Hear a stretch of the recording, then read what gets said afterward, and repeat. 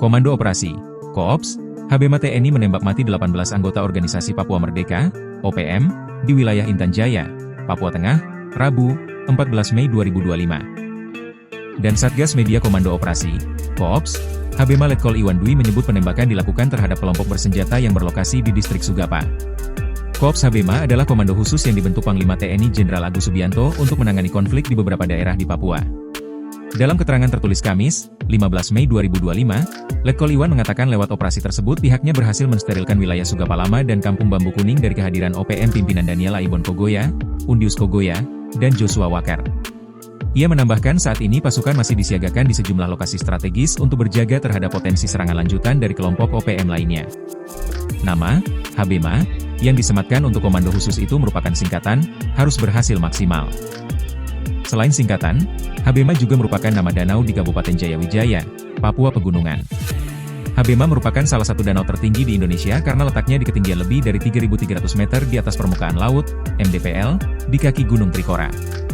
Koops HBMA ini diketahui beranggotakan pasukan khusus dari 3 matra di TNI, yakni TNI AD, TNI AL, dan TNI AU. Dikutip dari Antara, Koops HBMA dibentuk untuk menyatukan pola operasi TNI dan Polri dalam menangani konflik di Papua. Koops HBMA dapat meningkatkan efektivitas penanganan konflik di Papua, di mana dalam beberapa tahun terakhir menghadapi gangguan dan serangan dari kelompok pemberontak OPM.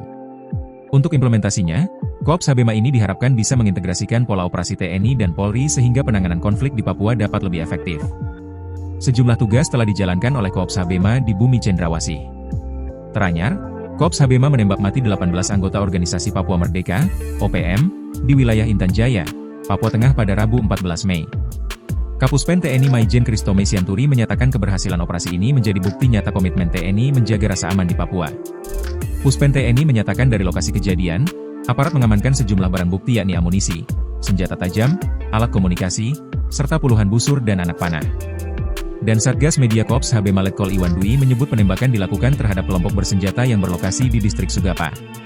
Ia mengatakan operasi tersebut berlangsung sejak pukul 4 hingga pukul 5 WIB dengan menyasar Kampung Titigi, Dugu Siga, Jaindapa, Sugapa Lama, dan Zanamba.